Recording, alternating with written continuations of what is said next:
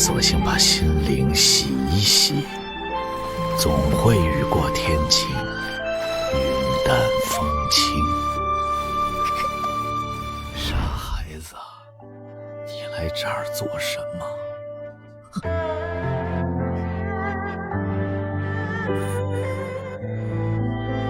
师父，如今你已经长大了，该回自己的家了。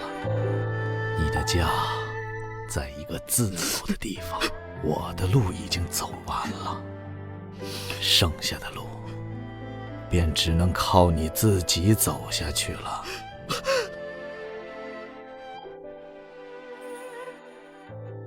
剩下的路倒也不是你一个人走。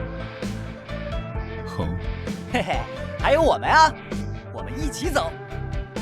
现在我认识了2个好兄弟，前路虽然凶险，但有他们在我身边，我相信我一定能坚持走下去。少宗主，天外天等待少宗主回宗，已经整整12年了。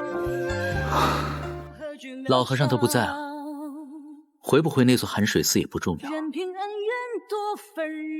老和尚说的对，我的家是那方外之境，天外之天。